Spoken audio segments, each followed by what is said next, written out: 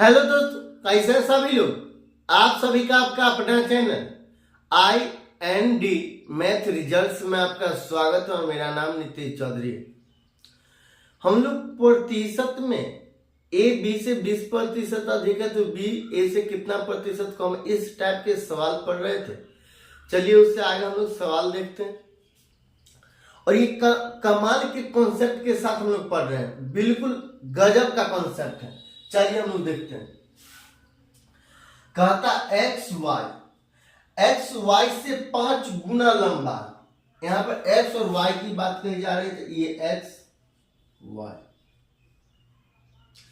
कहता x Y से 5 गुना लंबा है, मतलब एक्स वाई से 5 गुना लंबा है, तो मतलब वाई कुछ हम लोग मानेंगे तो वाई जैसा हम लोग मान लिए 5, वाई मान लिए 5 और एक्स है 5 गुना लंबा वाई से, तो ये 25, इसका 5 गुना कितना, 5 का 5 गुना कितना है, 5 का 5 गुना 5 गुना कितना है 25 रहेगा, तो ये 25, तो ये 25 हो जाएगा। अगर वाई को हम लोग 1 मानेंगे तब तो क्या हो जाएगा 1, तो 1 का 5 गुना कितना होता है 5 होता है।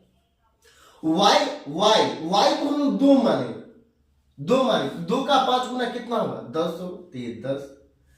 3 का 5 गुना कितना होगा ये 15, ये 15। मतलब y को कुछ हम लोग मानेंगे और उसका 5 गुना कर देंगे।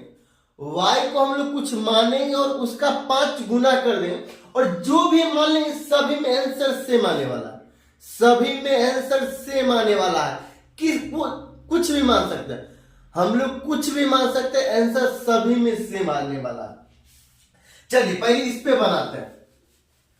तो ये 5 का 5 गुना 25 है। तब कहता आगे सवाल एक्स वाई से वाई एक्स से कितना प्रतिशत कम है। ये जो वाई है ये एक्स से कितना प्रतिशत कम है, पहले देखें कितना कम है, 20 कम है, 20 कम है कितना में से 25 में से, बेस क्या हो गया 25। किसी भी फ्रैक्शन को प्रतिशत में बदलने के लिए हम लोग 100 से गुना करते हैं, तो यहां पे हम लोग 100 से गुना करें तो गुना 100। ये 25 को 4 बार पढ़ने के बाद 100 कैंसिल और 20 को 4 बार पढ़ने के बाद 80%, यही आंसर।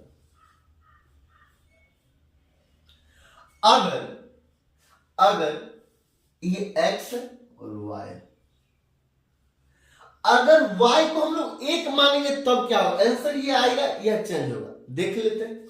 जैसे हम लोग 1 मान लिए, 1 का 5 गुना कितना होता है 5 होता है, तो ये 5। कहता x y से 5 गुना लंबा है, मतलब ये 1 है तो ये 5 है। फिर आगे सवाल में कहता y x से कितना प्रतिशत कम है। ये जो y है ना x से कितना प्रतिशत कम है, पहले हम लोग देखेंगे कितना कम है। ये कितना कम है, ये कितना कम है, ये 4 कम है। कितना में से, बेस क्या 5। किसी भी फ्रैक्शन को प्रतिशत में बदलने के लिए, किसी भी फ्रैक्शन को प्रतिशत में बदलने के लिए हम लोग 100 से गुना करेंगे, 3 गुना 100। ये कैसे होता अगर पता नहीं चलता तो पहला दूसरा तीसरा और चौथा क्लास पढ़ के आइएगा। अब ये 5 को 20 बार पढ़ने के बाद 100 कैंसिल हो जाता और ये 20 को 4 बार पढ़े तो कितना हो 80%। अगर इसको हम 4 मान लेंगे, चाहे हम 2 मान लेंगे चाहे 3 मान लेंगे, आंसर ही दोनों का सेम है।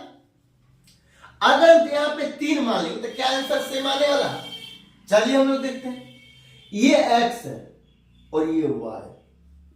कहता है x y से 5 गुना लंबा है, ये x y से 5 गुना लंबा है, x y से 5 गुना लंबा मतलब ये 2 मान लिए, तो 2 का 5 गुना कितना होता है 10 होता है, तो ये 10, ये 10।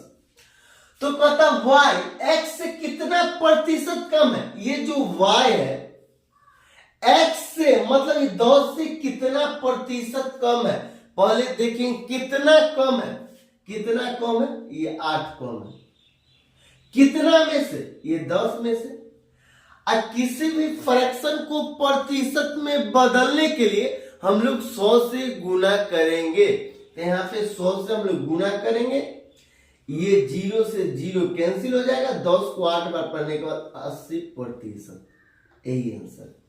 इसका कहने का यह मतलब कहता है एक्स वाई से 5 गुना लंबा। आप कुछ भी मान सकते हैं, 1000, 5000, 10,000, 20,000, 50,000, 1, 2, 3, 4, 5, 6, 7, कुछ भी मान सकते हैं। उसका 5 गुना एक्स को कहना और कितना प्रतिशत कम है, सभी में सेम आंसर आने वाला, सभी में सेम आंसर आने वाला।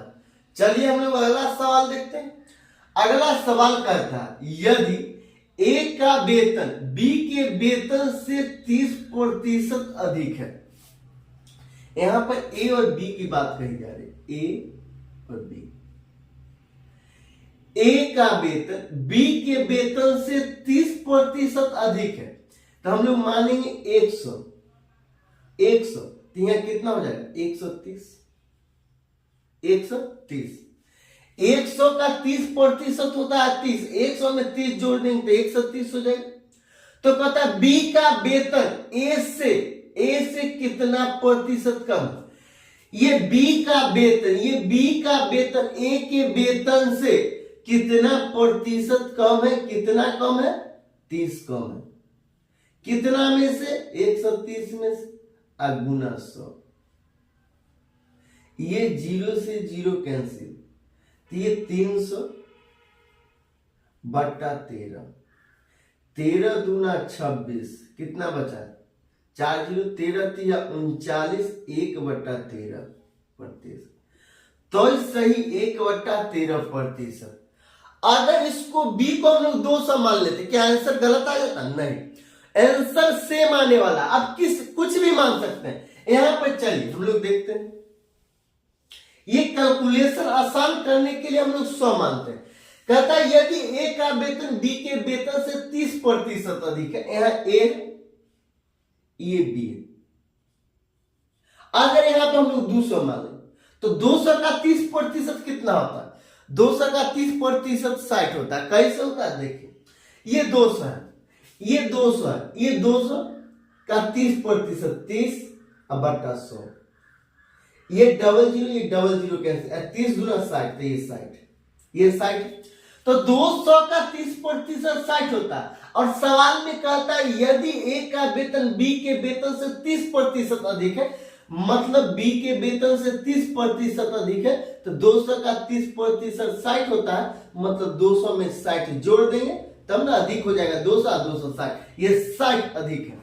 फिर आगे सवाल में कहता है तो बी का वेतन ए से कितना प्रतिशत कम है? बी का वेतन ए से कितना प्रतिशत कम है? पहले देखें कितना कम है, ये 60 कम है। कितना में से? 260 में से। और किसी भी फ्रैक्शन को प्रतिशत में बदलने के लिए हम लोग 100 से गुना करेंगे, तो यहां 100, ये 0 और ये 0 कैंसिल, 2 से काटेंगे तो ये 3 बार में, 2 से काटेंगे तो कितना बार में? ये 2 से काटेंगे 3 बार में, ये 13 बार में। अब 3 को 100 से गुना करेंगे तो कितना हो जाएगा? 300 अब बटा 13। 13 दूना 26, 4 और 0 40 हुआ, तो 13 3 39, शेष कितना? 1 अब बटा 13, ये 13%। यही आंसर। अगर अच्छा लगता है तो लाइक और सब्सक्राइब कर लीजिएगा।